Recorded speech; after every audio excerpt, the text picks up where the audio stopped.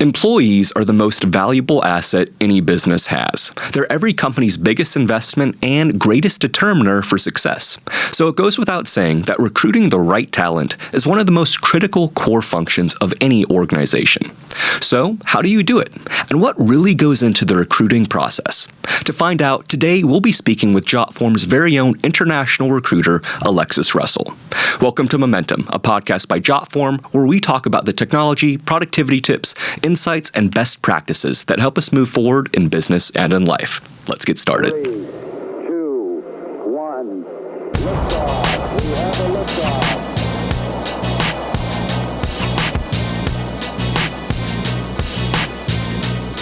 Maintaining momentum.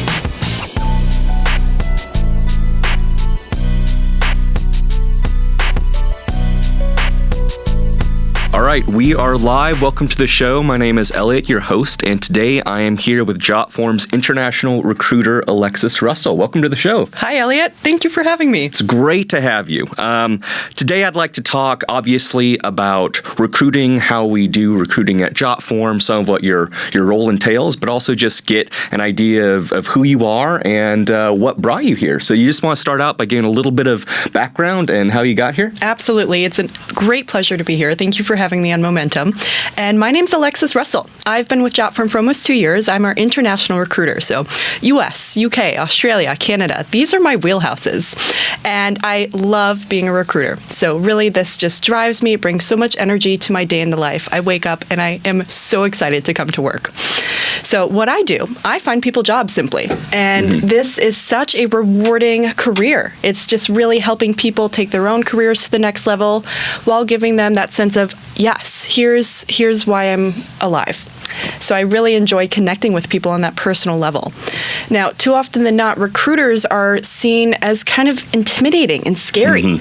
And I want to put that notion on its head, flip it upside down. So what I want to do from day one is build this genuine connection with helping people find their purpose and their passion. And I really enjoy Jotform's humanistic values. And we are a tech company, yes, but we are humanistic at heart. And I love this. We are family first in a really uplifting, supportive community to be a part of.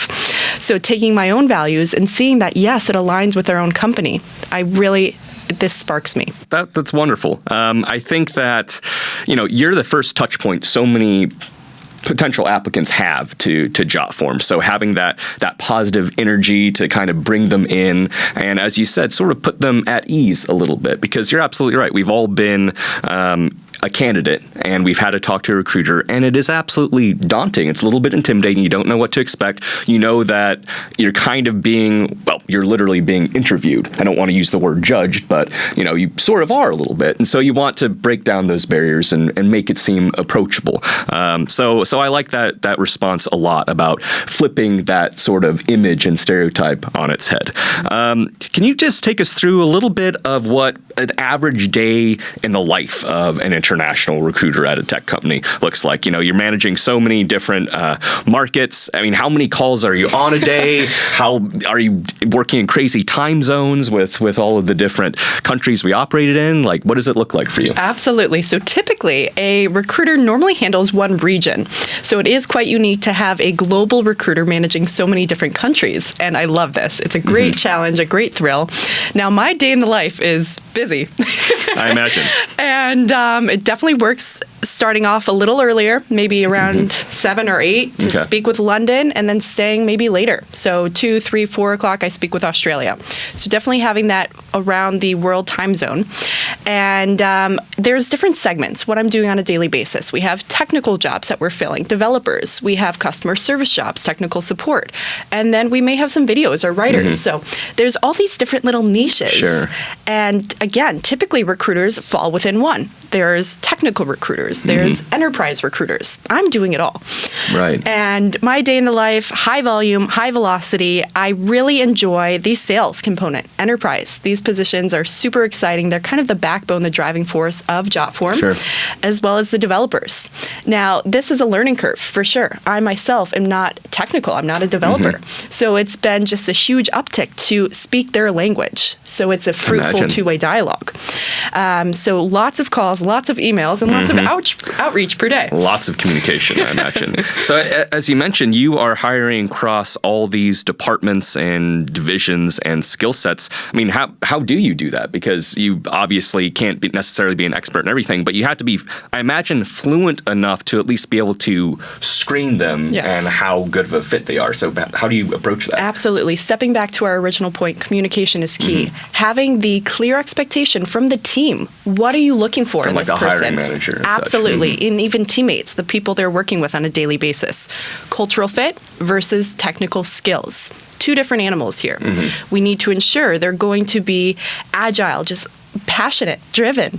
So we want to ensure they're a strong cultural fit. And that you can't teach candidates. Right. So that you'll really pick up on in the first 5 minutes, 10 minutes. Now, technical skills, this is where you speak to the teammates, the hiring managers, just to hone in on, here's what I need to keep in mind. Here's what we really are looking for. Now, something that's great to know. We don't want anyone to be an expert. We want teammates and candidates to keep learning and growing. So this is what I can share with them. If you're coming in with a baseline skill set, a really strong understanding, but you're willing to step outside your comfort zone to learn and grow. I'm a coach in that regard. My goal is not only to screen candidates, but coach them to say, here's what we're looking for.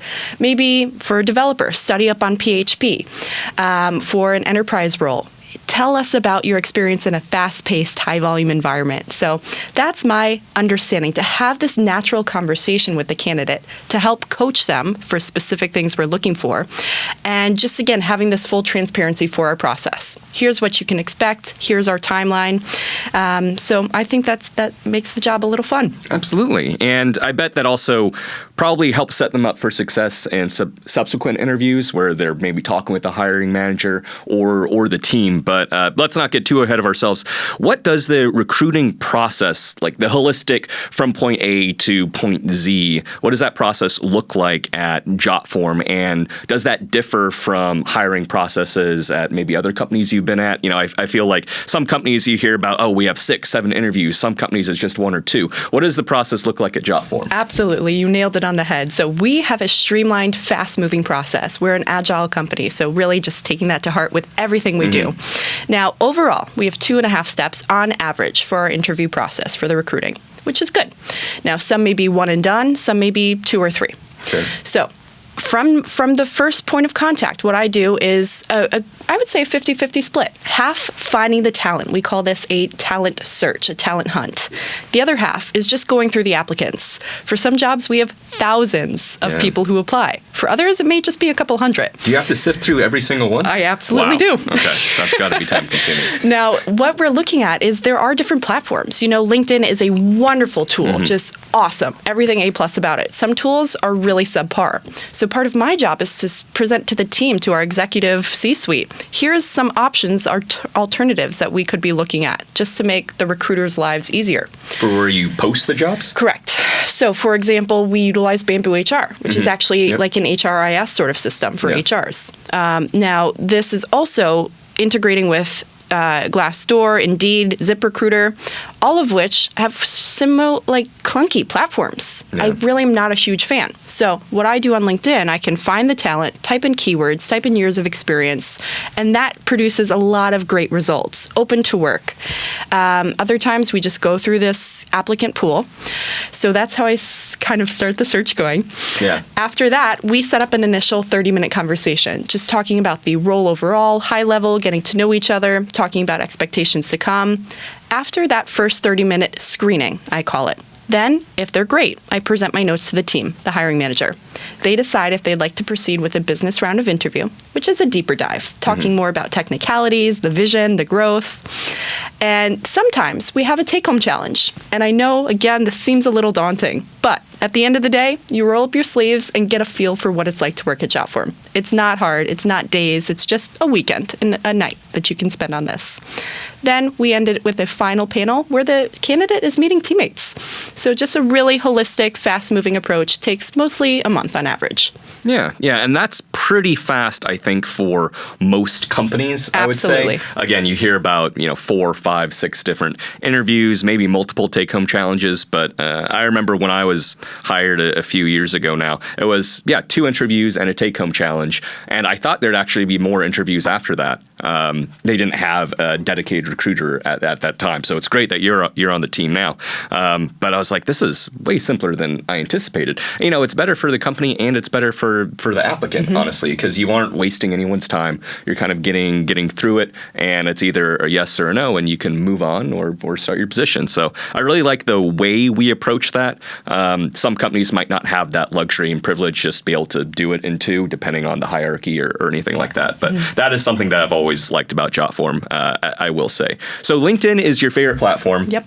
It's sounding like. Are you more, as a recruiter, are you more sort of proactive or reactive? Are you more going through applications we've gotten for open positions, or are you sort of, I guess they'd call it headhunting and trying to find people who are looking for work and seem like a good fit and proactively reaching out to them? What do you do more? Absolutely. Being proactive is the name of the game. Okay. I consider myself like an octopus brain, just going in all different directions at once and being able to thrive in that chaos. It is chaos. Absolutely. And that's how I work best, being just fully thrown in. Is that where you generally find the best applicants, by being proactive? Yes. So is that a matter of them just maybe not applying, not seeing the job, or knowing they have the credentials that people just come up and talk to them? How do you go about that? You always have to build your network constantly, so you can never expect to have the talent within arm's reach. You always have to go out to continuously network and word of mouth. That's really where you build momentum behind the positions in the company. So overall, being proactive is the name of the game. Okay. If you're finding yourself going through applications day in, day out, and not dedicating hours to finding the talent proactively, you're on a slippery slope. Your career is just going to go bloop. Sure. So really, just got to go out and build those relationships. Okay, good to know. How did you, because before we started the podcast, you mentioned you've been recruiting for about 5 years or so. How would you say that COVID impacted recruiting practice? Like before that, did you usually conduct in-person interviews and now they're mostly remote, or were they always usually remote interviews? Like how did COVID factor into that? COVID just changed everything. So I would say for the most part, interviews were all in person. Okay. And positions were all in person. It was really not too common to have remote or hybrid. And post-COVID, people want to have virtual interviews, which is totally fine, but they really want remote or hybrid work. Right. And it's fun to be in the office, to build these relationships and sense of community in person. So I think it's really actually tricky as a selling point when you have a fully remote position to engage that talent. Why do we want you as a remote teammate when you have an office to come into? Flip side, you can have teammates who don't want to be in the office. They only want their remote position. So really striking this happy point. Yeah, it's tough. I feel like a lot of companies are going through that right now. I mean, obviously COVID, a lot of companies went fully remote, and now more and more companies are going back to hybrid or even potentially full-time in office. And that has to, but a lot of the workforce I know are still interested in remote or hybrid setups. So it's a little bit finding that balance, because we do have an office here in San Francisco, Jotform, and it's great coming into the office. We have a great spot. We like coming in when we do. So it's a matter of finding people that would be interested in that and aren't just out there for the remote spot, even though there are positions where it's better suited for that. So Absolutely. I imagine it's a bit of a balance. broadly speaking, again, this is a broad question, but what are you looking for in potential candidates? Like, what are some immediate green flags and maybe some immediate red flags? Absolutely. So here is a really great talking point as well. With COVID, the last point, we have had so many candidates, rock stars, just awesome people all the way across the board with iffy tenure. And this is because when companies are externally funded, they may have just a hard time retaining talent due to the external pressures that are put upon them. So you have maybe a person with a Salesforce background or a Monday or Asana for an enterprise role. These are just green flags. Right. Great companies, not necessarily as a green flag all by itself, but it's showing, yes, you're proven that you can do the work, similar to our environment. Sure. So when you have these candidates 1 year, 1.5 years, 8 months, just because COVID for the past 3 years, it's really hard for us. We want candidates with strong tenure. Yeah, they just shown they've been at a job for a decent amount of time. Because, exactly.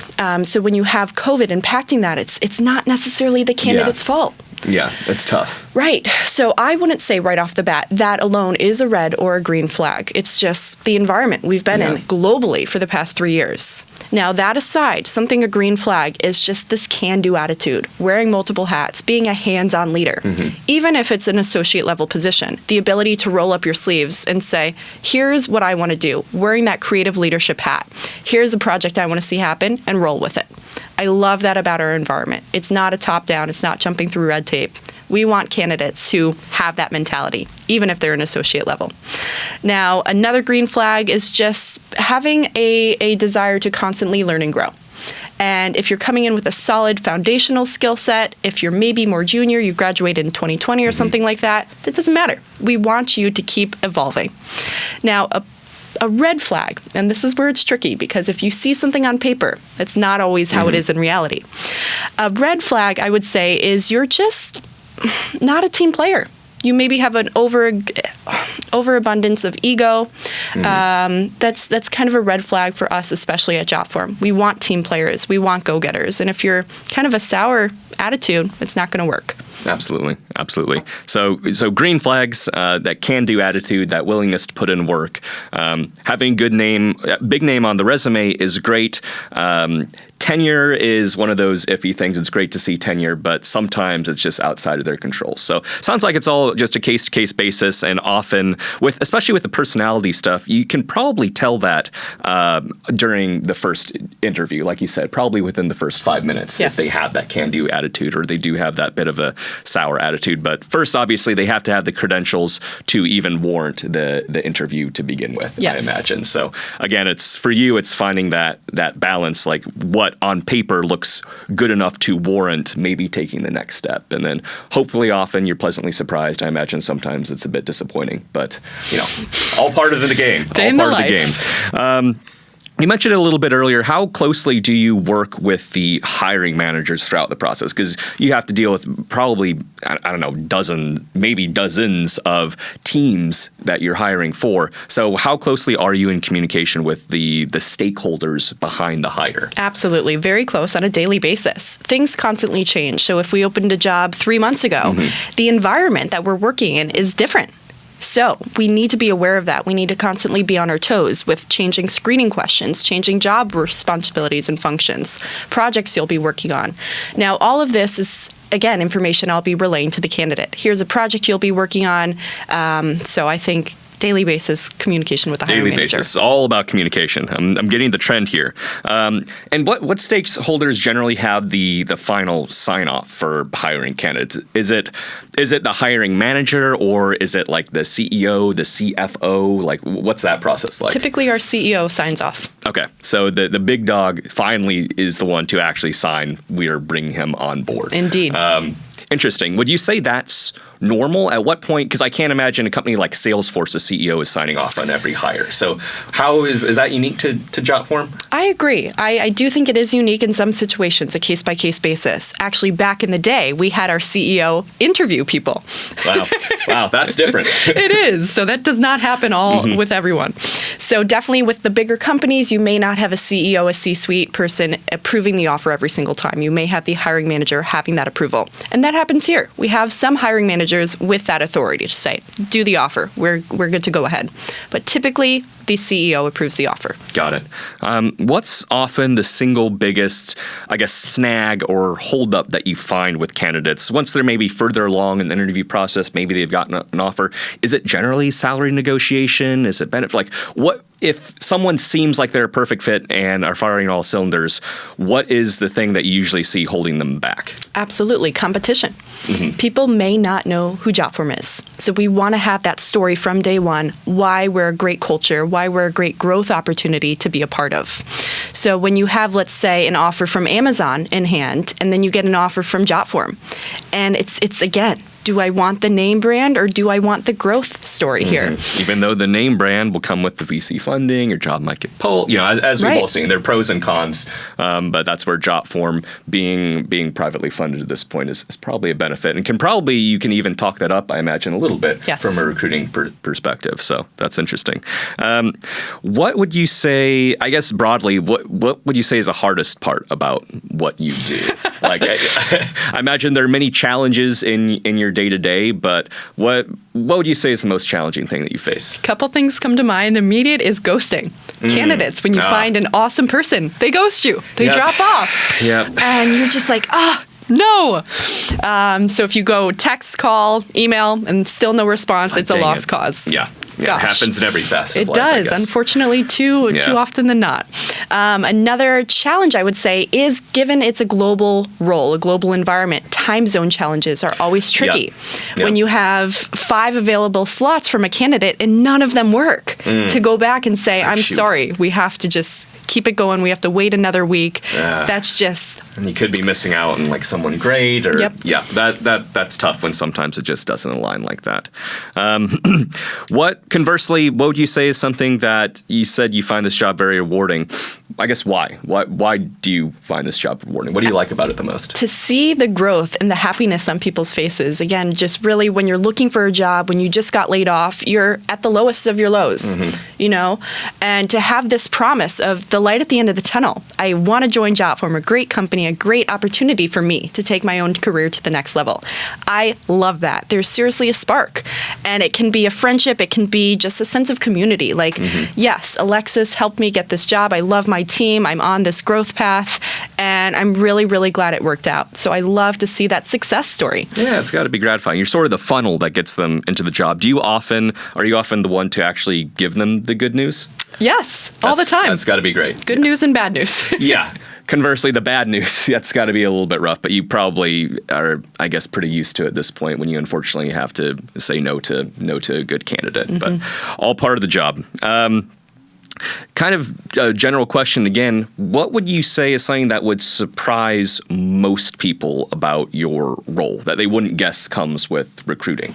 Interesting. I would say really being an advocate for them. Again, recruiters are seen as scary and unapproachable, just intimidated. Sorry for botching that. Oh, you're good. So just having this sense of, I'm human. I'm here to support you and coach you through the way, to be transparent about our process. I think people aren't experiencing that. I know I've been in that situation where recruiters are just cold robots. And actually, the robots are replacing recruiters. We're having AI tools just filtering through the applicants. And that's such a lost opportunity. You can't have robots taking over and being expected to meet all the keywords. Element, absolutely. So I'm here to have your back. I'm here to guide you through every step of the way. Yeah, and you want the candidates to succeed, right? You want Jotform to have great people. You don't want to scare them off. So I think that's something really important to remember, absolutely. From a recruiter's perspective, what would you say are some best practices and tips for candidates who are applying to jobs and or for nailing that first introductory interview? Absolutely. Your resume is not locked in stone. You can change it. So I really would say if I found a great person, cultural fit and skill set wise, but their resume is just a little off, tweak it. And we're hearing this advice constantly on LinkedIn. Change your resume, maybe for each position you're applying to. Just tweak it a little bit. So whether that be a skill set issue or maybe a few years ago you had a tenure for less than a year. You don't need to include every bit of information. Make sure it's all relevant. Gotcha. That's great advice. Good to know. From the opposite perspective, what's the most valuable thing you've learned as a recruiter for other recruiters during your time in the job and in this field? Be humble and be open. Seriously, communication is key. And we don't want to just be a recruiter to make money. We want to be a recruiter to help people find jobs. And you got to guide them. You have to mentor your candidates so they can be the best they can be. You're inspiring, Alexis, I've got to say. got chills. Great. That's most of the questions that I came into this having in mind. But is there anything that we sort of missed or that we didn't touch on today that you'd like to share or end on? Absolutely. I think the world is constantly changing. So if you find yourself in a career path and you're interested in other things, it doesn't hurt to branch out. So if you're a developer, you've been developing in PHP for 15 years, branch out, learn other new languages. If you're a video editor and you want to maybe write on scripts or something, just, again, talk to your team, see what's the market, the trend, what's going on in the world to try to evolve. Don't be stagnant. Great advice. Take it to heart. I think we could have all learned something from that, and I've definitely learned something today being here with you. I hope our viewers have as well. Thank you so much, Alexis, for your time. This has been a really great session. Really appreciate it, and we'll see everybody next time. Thank you, Elliot.